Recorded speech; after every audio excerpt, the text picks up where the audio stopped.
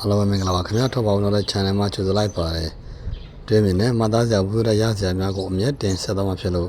့ကျွန်တော် channel လေးကို like and subscribe လေးပေးကြပါဦးခင်ဗျာကျွန်တော်တမန်ကဓာတ်ချက်တယောက်ပါညောင်ပိုင်းကတော်တဲ့ကိုကျွန်တော်တက်စိတ်ကင်းလည်နေရင်ရန်သူတက်နဲ့တွေ့လို့တိုက်ပွဲဖြစ်ကြတယ်ကျွန်တော်တက်စိတ်ရရန်သူကိုလက်နဲ့အင်အားလူရင်အဝမရှင်နိုင်လို့ဆောက်ခွာထပြရတယ်အမောင်ထဲမှာပြေးလွှားဆောက်ခွာရင်းနဲ့ကျွန်တော်တက်စိတ်နဲ့ကွက်သွားတယ်အခုကျွန်တော်တယောက်တည်းညအမောင်တော့ထဲမှာရှောက်သွားနေရတယ်ဘယ်နေရာရောက်မှမသိပဲခြေဥတရရှောက်နေမိတယ်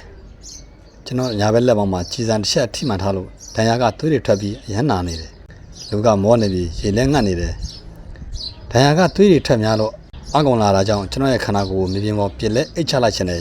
ဒါပေမဲ့မအေးရဘူးရန်သူတွေအနားမှာရှိနေတယ်လို့ကျွန်တော်စိတ်ထဲမှာထင်နေလို့ပါကျွန်တော်ခုတော့မှရှောက်နေတာ၄နိုင်လောက်ကြာသွားပြီခုည10နိုင်ထိုးနေပြီကျွန်တော်စိတ်ကိုရှော့ပြီးမြေပြင်ပေါ်ကိုလဲအိတ်လိုက်ဖို့စိတ်ကူးလိုက်ချိန်မှာပဲဝေးတဲ့နေရာမှာမီးအောင်မင်းပြလေးတစ်ခုကိုလမ်းမြင်လိုက်တယ်ကျွန်တော်အဲ့ဒီမီးအောင်ဘက်ကိုအမြန်ရှောက်သွားလိုက်တယ်မီးအောင်ပေါ်နေတာတောင်ကုန်းလေးတစ်ခုမှရှိတဲ့တဲအိမ်လေးတစ်ခုကပါကျွန်တော်ဒဏ်ရာကြောင့်အရန်နာကျင်နေသလိုမောပန်းလုံးလို့တဲရှင်ရမိတ်ဆွေလာရန်သူလားဆိုတာကိုမစင်စားနိုင်တော့ပါဘူးကျွန်တော်တဲတကားကိုလက်ဝါးနဲ့3ချက်လောက်ပို့လိုက်တယ်ဘာမှမကြရဘူး9မိနစ်လောက်ကြာမှတဲတကားပွန်လာပြီးတဲ့50ကျော်ရမိမကြီးကမှိုင်းတလုံးကိုကင်ပြီးထွက်လာတယ်သူကမိုင်းကိုမြောက်ပြီးကျွန်တော်ကိုမီးအောင်နဲ့ကြည့်တယ်ကျွန်တော်တပ်မတော်ယူနီဖောင်းကိုဝတ်ထားလို့တပ်မတော်ဓာမန်တူတည်သွားတယ်မိမကြီးကပထမတော့ကျွန်တော်ကိုလက်ခံထားခြင်းမပေါ်ဘူးဒါပေမဲ့ကျွန်တော်အင်ဂျင်မှာသွေးတွေရွှဲနေတာကိုတွေ့တော့သူတနာတောက်ပုံရတယ်သူကျွန်တော်ကိုတဲတဲခေါ်သွားပြီးမိဘကန်နဲ့ကပလက်ကရန်တလုံးမှာထိုင်ခိုင်းလိုက်တယ်ပြီးတော့ရေခွက်တစ်ခွက်လာပြီးတယ်ကျွန်တော်ရေတောက်လိုက်ရလို့ရေငတ်ပြေးသွားတယ်ကျွန်တော်တပ်မတော်ကိုထောက်ခံတဲ့သူတယောက်အိမ်မှာရောက်နေပြီဆိုတဲ့အသည့်နဲ့ကျွန်တော်စိတ်ကိုရှော့ချလိုက်တယ်ကျွန်တော်ထိုင်နေရင်းနဲ့အိပ်ပျော်သွားတယ်ကျွန်တော်တဲရှိကန်းကစကားပြောတဲ့ကြောင့်လက်နိုးလာတယ်စကားကိုတိုးတိုးပြောနေကြရင်ပဲကျွန်တော်ကောင်းကောင်းကြားရတယ်မေဘာလို့သူ့ကိုတဲထဲမှာလက်ခံထားတာလဲကျွန်တော်တို့ဒုက္ခရောက်ကြတော့မယ်နော်ဟဲ့သူ့မှာဒဏ်ရာကြီးနဲ့သူ့တွေလည်းအများကြီးထွက်နေတယ်ငါမကူညီသူတည်သားမှာပေါ့တင်လဲတေရောဗျာသူကရန်သူပဲဟာနင်အဲ့ဒီလိုမပြောနဲ့လေရန်သူဖြစ်ပေမဲ့သူလည်းနှင့်လို့တိုင်းသားညီကိုတောက်ပဲဟာမိကတော့ခက်တော့တာပဲဗျာကဲခက်တာတွေပါတယ်နောက်မှပြောငါတို့သူ့ကိုရှေ့ကူပေးရမယ်နင်လိုက်လာခဲ့ကျွန်တော်သိလိုက်ပါပြီခုစကားပြောနေသူဟာရန်သူတက်ကဆိုတာပါ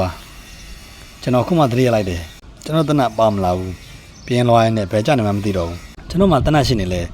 တနတ်ကိုကန်ရတဲ့ကောင်ကမရှိတော့ပါဘူးကျွန်တော်လက်နှစ်ဖက်စလုံးမြောက်လို့တောင်မရတော့ဘူးခုကျွန်တော်ကရန်သူပြည်သူမှနှူးရမဲ့ဘဝရောက်နေပါပြီမကြခင်မှာသူတို့သားမင်းတွေကျွန်တော်ရှိတဲ့မိဘကန်တဲ့ကောင်ဝင်လာကြတယ်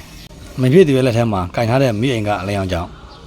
စစ်ယူနီဖောင်းဝတ်ထားတဲ့သူသားဟာရန်သူတက်ကတက်ကြတဲ့အမှန်သိလိုက်ရတယ်သူတို့သားမီးကကျွန်တော်ကိုပလက်ကလထိုင်ကနေတွဲထူပြီးအေးရပါမှာလက်သိပ်ပေးလိုက်ကြတယ်သူတို့ကျွန်တော်အင်ကြီးကိုချွတ်လိုက်ကြတယ်အမေဖြစ်သူကကျွန်တော်ဒဏ်ရာကိုကြည့်ပြီးလက်မောင်းကကြည်စံကိုခွဲထည့်ရမယ်လို့ပြောတယ်ကျွန်တော်အတော်ကြောက်သွားပါတယ်သူသားကကျွန်တော်ကြောက်နေတာကိုသိလို့ကျွန်တော်ရဲ့နားအနီးကိုကပ်ပြီးအခုလိုတော်တော်လေးပြောလိုက်တယ်မိတ်ဆွေမပူပါနဲ့